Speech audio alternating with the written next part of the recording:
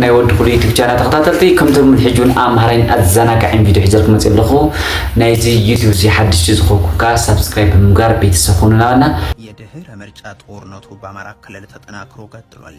የፋኖ ኃይሎች ላይ የሌሊትም የቀንም ዘመቻዎችን የከፈተው አገዛዙ በርካታ እዞቹን በተለያዩ ቦታዎች ስምሪት ሰጥቷል። በሁለት ቀጠናዎች ብቻ ከ230 በላይ ፋኖ ገደልኩ ይላል መከላከያ ያወጣው መግለጫ። ይህንን የተመለከተው ሪፖርታችን ቀዳሚው ይሆናል። ይህ በእንዲህ እንዳለ በኦሮሚያና ቤንሻንጉል ጉሙዝ ክልሎች በርካቶች የተገደሉባቸው ጥቃቶች መፈጸማቸው ተሰምቷል። በደቡብ ኢትዮጵያ ዘይሴ፣ በማዕከላዊ ኢትዮጵያ ደግሞ ምስራቅ ጉራጌም መሰል ጥቃቶች የሰዎችን ሕይወት ነጥቋል። እንቃኘዋለን። የቀድሞዋ ፕሬዝዳንት ሳህለወርቅ ዘውዴ አዲስ ኃላፊነት ተሰጥቷቸዋል። ይህ ኃላፊነት የተሰጣቸው ደግሞ በተባበሩት መንግስታት ድርጅት ዋና ጸሐፊ በኩል ነው። ዝርዝሩ ተዘጋጅቷል።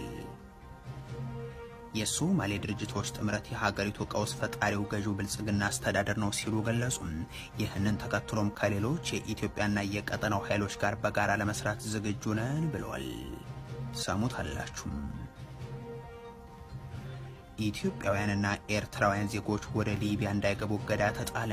ይህ በእንዲህ እንዳለ አብዛኞቹ ኢትዮጵያውያን እንደሆኑ የተገለጹበት አዋጅ ሶማሌላንድ ህገወጥ ስደተኞች በ10 ቀን ለቃችሁ ውጡ ብላለች። ሌላኛው መረጃችን ነው። በሆርሙዝ የታገተችው የኢትዮጵያ መርከብ ጉዞ ጀመረች። ይህ ጉዞ የተጀመረው ደግሞ ከ4 ወራት እገታ በኋላ ነው። የተወደዳችሁ የኢትዮ ፎረም ቤተሰቦች አብራችሁን ስትቆዩ እነዚህን እና ሌሎችን መረጃዎችን ታደምጣላችሁ። ሰናይ ቆይታ ይሆንላችሁ። የድህረ ምርጫ ጦርነቱ በአማራ ክልል ተጠናክሮ ቀጥሏል። የፋኖ ኃይሎች ላይ የሌሊትም የቀንም ዘመቻዎችን የከፈተው አገዛዙ በርካታ እዞችን በተለያዩ ቦታዎች ስምሪትም ሰጥቷል። በሁለት ቀጠናዎች ብቻ ከ230 በላይ ፋኖ ገደልኩ ይላል መከላከያ ያወጣው መግለጫ። አሁን ላይ የሰራዊቱ 13ቱም እዞች በየአካባቢው የሚያሰራጩት መግለጫም ከክልሉ ወጣቶች ጋር ትንቅንቅ ላይ ነን የሚል ነው። ልክ ከ1 ዓመት በፊት ግን የዚህ ሰራዊት አዛዥ የሆኑት ብርሃኑ ጁላ 90 በመቶ ተጠናቀው የቀሩት ገዳምና ዋሻ ያለው አመራር ብቻ ነው የሚል እንደነበር የሚዘነጋ አይሆንም። አሁን 90% በሚገባ በተጨባጭ በሪፖርት ማቅረብ የሚችለው 90% መተናቸዋል።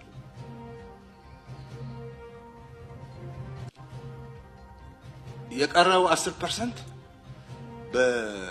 በዱር በገደል በዋሻ በገዳም እየተደበቀ መከላከያ ሰራዊት ሽፍታ ለቃሚ አይደለም። ይህ ንግግር ከተደረገም በኋላም ባለፈው 1 ዓመት ጊዜ ውስጥ ስንት የመከላከያ ሰራዊት አባላት ተገደሉ፣ ተማረኩ፣ ስንት ክፍለ ጦሮች ውስጥ ጦራቸውን አጥተው በሌላ ኢትዮጵያውያን ተተኩ የሚለውን ግን የክልሉ ጦርነት የጦር መሪ ብቻ ሳይሆን ካድሬም ባደረጋቸው ወታደራዊ አዛዦች ዘንድ ምላሽ የሚሰጠው አይሆንም።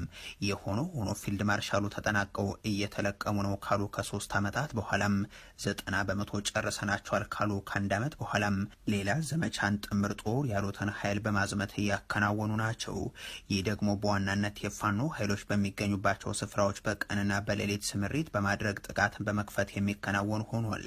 የፋኖ ኃይሎች ካገዛዙ ኃይሎች ጋር ውጊያ የተደረገባቸው እንደሆነ ከገለጿቸው አካባቢዎች መካከል በጎጃም ቀጠና ደጋዳሞትን ማዕከል በማድረግ ከሞት አስተሪዮ እስከ ቋሪት፣ ሰከላና ቸፈር ባሉ ስፍራዎች ያለውን በቀዳሚነት ያነሳሉ።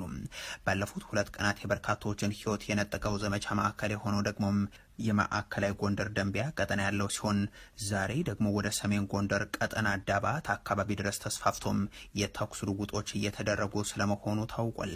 በወሎ ቀጠና ተድባ በማርያም አካባቢም በመቄት በደቡብ ጎንደር ደግሞ አንድ አቤት የተለያዩ ስፍራዎች ላይ ውጊያዎች ስለመደረጋቸው የፋኖ ኃይሎች ሪፖርት ያመለክታል። ሁለቱ የምስራቅ እዝ ጀነራሎች መራ ነው ባሉት የጎጃምና የደቡብ ጎንደር ቀጠናዎች ውጊያ ደግሞም ከ230 በላይ ሰው ገደልን የሚል ሪፖርት በመከላከያው በኩል የተሰራጨ ሆኗል። በርስ በርስ ጦርነት የሀገርን አምራች ዜጋ በሀገር በጀት መግደልን በኩራት በሚቀርብባት የብልጽግናዋ ኢትዮጵያ ብርጋዴር ጀነራል አዲሱ መሐመድና ብርጋዴር ጀነራል መላኩ ገላነህ ከባድ መሳሪያና ተሽከርካሪዎችን ከፋኖ ማረክን፣ አመራሮችንም ደመሰስናቸው እያሉም አቅርበዋል። የ7 ቀን ዘመቻ ነው የሚለው ይሄው የመከላከያው መግለጫ ጥሻዎችና ጫካዎችን አሰስናቸው፣ ጽንፈኛውን ከበናሽ መደመድ ነው፣ ቅስሙን መሰበር ነው እያለም ይቀጥላል። ያገዛዙ የህዝብን ቅስምን የመስበር ተልእኮን ሊያስፈጽሙ በየቀበሌው የሚገኙት እነዚህ የሰራዊቱ አመራሮች ለ3 ዓመታት ተመሳሳይ ሪፖርትን እያወጡ ዛሬም እዛው ቀበሌና ጫካ ውስጥ አሉ።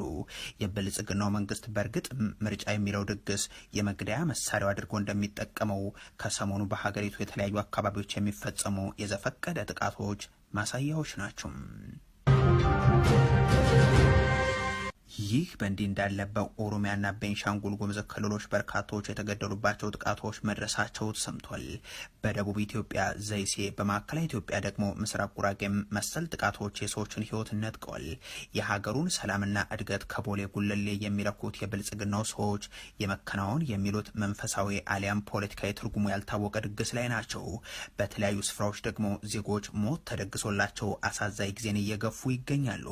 በኦሮሚያ ክልል ሰሜን ሸዋ ዞን ደራ ጉዶ መስቀል ከተማና አባዶን ጨምሮም አርሶ አደሮች ሳይቀር ባለፉት 2 ቀናት በደርዘን ተገድለዋል። በሰላሌ ቀጠና ደግሞ ያገዛዙ ከባድ መሳሪያዎች የነዋሪዎችን ቤቶችን አውድመዋል። አዲስ የጦርነት ቀጠና የሆነ በሚገኘው ቤንሻንጉል ጉሙዝ ክልል ከትናንት በስቲያም በካማሺ ዞን ሰዳል ወረዳም ጎንቆሮ በተባለ ስፍራ እንደዚሁም ከህዳሴው ግድብ ዙሪያ በጉሙዝ ታጣቂ ኃይሎችና በመንግስት ወታደሮች መካከል ውድመትን ያስከተለ የተኩስ ልውውጥ እንደነበር ታውቋል። በሁለቱ አዳዲስ ክልሎች ማለትም ደቡብ ምዕራብና ማዕከላዊ ኢትዮጵያ ክልሎችም ባለፉት ቀናት የተከሰቱት ሁነቶች የሀገሪቱ የጸጥታ ሁኔታ መገለጫ ይሆናሉ። የአገዛዙ ያለፉት ዓመታት በትር ደጋግሞ የጎበኘው ደግሞ የዘይሴ ማህበረሰብ ነው። መሳሪያ ወድሮ ምረጡኝ ያለው ብልጽግና በዚህ አካባቢ ከ5 ዓመት በፊትም ዘንድሮም በአካባቢው ማህበረሰብ በምርጫው ይሁንታ ተነፍጎታል። ይህንን ተከትሎ ባለፉት ቀናት ከዚህ በፊትም የነበረውን የጥፋት ዘመቻውን እያከናወነ ስለመሆኑ የአካባቢው ምንጮች አስረድተዋል። የክልሉና የዞን የጸጥታ ኃይሎችም በርካታ ሰዎችን ከቤትና ከመንገድ ላይ እየያዙ አግተው መውሰዳቸው ሲገለጽ፣ ጥቂት የማይባሉትን ደግሞ እንደገደሏቸው ተረጋግጧል። የአገዛዙ ኃይሎች የወዜቃና የኤሌጎ ከተሞችን በቡድን መሳሪያዎች መደብደባቸውንም ነዋሪዎቹ ተናግሯል። ይህ ማህበረሰብ ባለፉት ዓመታትም ተቋሚ የፖለቲካ ፓርቲን መረጥክ ተብሎም ከፍተኛ ጥቃት ሲፈጸምበት የቆየ ሲሆን አሁን ጥቃቶቹ ወደ ውጊያ የተሸጋገሩ ስለመሆኑ ነው የተሰማው። በሌላኛው የማዕከላዊ ኢትዮጵያ ክልል ምስራቅ ጉራጌ ዞን ደግሞ በርካታ ሰዎች ቡታጅራ አቅራቢያ ታግተው መወሰዳቸውን ከቀናት በፊት መዘገባችን ይታወሳል።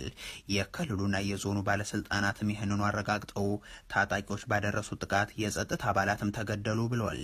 ጥቃቱ የደረሰው ታጣቂዎቹ መንገደኞችን አግተው ለመውሰድ ያደረጉት ሙከራን ተከትሎ በተከናወነ የተኩስ ልውውጥ ወቅት ነው። ይህ ጥቃት የተፈጸመው ደግሞ በማዕከላዊ ኢትዮጵያ ምስራቅ ጉራጌ ዞንናም በኦሮሚያ ክልል ደቡብ ምዕራብ ሸዋ ዞን በሚዋሰኑበት ቀሬ በተባለ ቦታ ነው። ታጣቂዎቹ ከአዲስ አበባና ከቡታጅራ የተነሱ የህዝብ ማመላለሻ ተሽከርካሪዎችን ማስቆማቸውን የተናገሩ አንድ የአካባቢው ነዋሪም የወረዳው ፖሊስ አባላትና ሚሊሻዎች ታጋቾችን ለማስለቀቅ በሚል የተኩስ ልውውጥ አድርገዋል። በዚህም የጸጥታ አባላት በታጣቂዎቹ ተመተው ህይወታቸው ማለፉን አውቃለሁ ይላሉ። የዞኑ ፖሊስ መምሪያ ደግሞ 48 ሰዎችን ከአጋቾች አስለቀቅን ሲል ገልጿል። በሌሎችም የሀገሪቱ አካባቢዎች በየዕለቱ የሚፈጸሙ እገታዎችና ጥቃቶች መቆጠር ካቆሙ ሰነባብቷል። የብልጽግናው ባለስልጣናት ደግሞ ሀገሩ ሰላም ነው፣ ሰላም ያጣችሁት ጭንቅላታችሁ ውስጥ ነው ሲሉ ይመልሳሉ። የቀድሞዋ ፕሬዚደንት ሳህለወርቅ ዘውዴ አዲስ ኃላፊነት ተሰጥቷቸዋል። ይህ ኃላፊነት የተሰጣቸው ደግሞ በተባበሩት መንግስታት ድርጅት ዋና ጸሐፊ በኩል ነው። ሳህለወርቅ ዘውዴ በቅርብ ዓመታት የኢትዮጵያ የፖለቲካ እንቅስቃሴ ውስጥ አነጋጋሪ እንደነበሩ የሚታወስ ነው። ከጠቅላይ ሚኒስትሩ ጋር የተፈጠረው ልዩነት፣ ጦርነትን ደጋግመው መቃወማቸውን ተከትሎ የገቡበት አለመግባባት እስከ በዝምታ ያለፉት እንደሆነ የገለጹት መልእክትና ምላሹ ድረስ አጀንዳም ነበሩ። በመጨረሻም ጠቅላይ ሚኒስትሩ የስንብት ንግግር እንዳያደርጉ በፓርላማ በመከልከል ማዕከል ጭምር ታዬ አጽቀሥላሴን በድንገት ፕሬዝደንት አድርገው እንደሾሙባቸው የሚዘነጋ አይሆንም። ከዛ በኋላ የአፍሪካ ህብረት የምርጫ ታዛቢዎች ቡድንን መምራትን ጨምሮ የተለያዩ ኃላፊነቶች ላይ የታዩት ወይዘሮ ሳህለወርቅ አሁን ደግሞ ሌላ አዲስ ኃላፊነት እንደተሰጣቸው ተሰምቷል። አፍሪካ ኢንተለጀንስ እንደዘገበው የተባበሩት መንግስታት ድርጅት ዋና ጸሐፊ ለቀድሞ የኢትዮጵያ ፕሬዝደንት አዲስ ሹመትን ሰጥቷል። ዋና ፖስቲቭ ባህል ወስ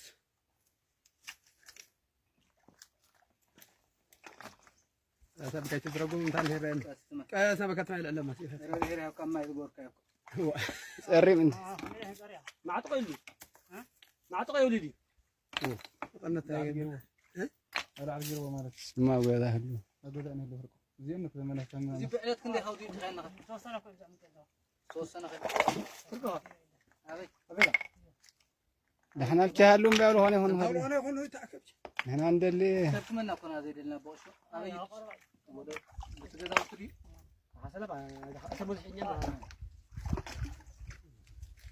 ليت لها تخيل ودي كتري صار ما في علم صاير مش هل هون ايش من؟ بس كده بحصاي يا هل هو هي دي هو تقول عندكم هي دي قطر حدا واو فتره وقت شي من انت جميل كبر انا كان اسرح كان حاسس خلينا خليني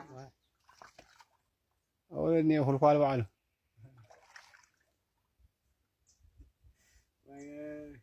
هذه صفة إيه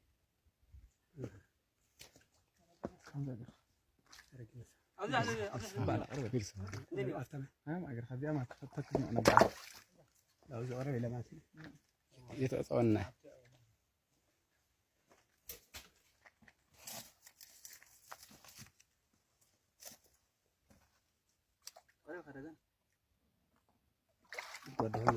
نوحي قدي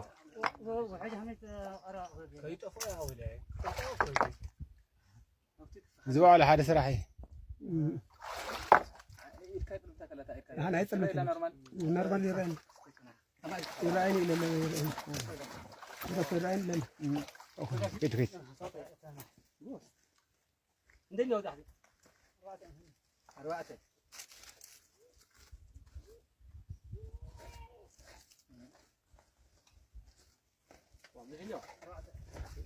كيلنيو أوصو أنا أوصو أنا لا أوصو ولا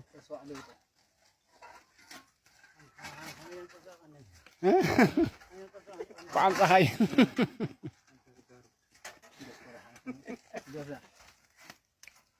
سي أقول ترى سحقو سي أنا أقول ترى سحقو سي مثالي إذا نقدني أقول ترى سحقو قاعد تفدنا بسرو قاعد يتفا بسرو خالي اخنا احنا حمامنا غزي هاول سيركاي غزي ها سيتكاي استوانو لانا تقيمنا ما غزي خلي تكاي سط ابله ميدو ما غزي شات صغير عندي انا لا لا ديكم ابو انا فتحتيني لا تقول صوت ميدا غراو أورام قصص هاي سبرك أورام أنا عبله ست هاي سبرك أتمنى شيء أو نتكلم ما تمدي أربعة جمانا لو ترى صحابك كويس نقدر تنحقنا نيو أصلا أو ترى صحابك زرع صحابك اللي لا كل صحف كله يفتح أفتقرني زرع صحابك اللي صحف له تمسك زي مسك هو تكل سمت كلامات سمت مقطعين خلاص سمت مقطعين ذاك ودينا كان جاكت كذا ودينا أربعة عم تجري حدهم خدنا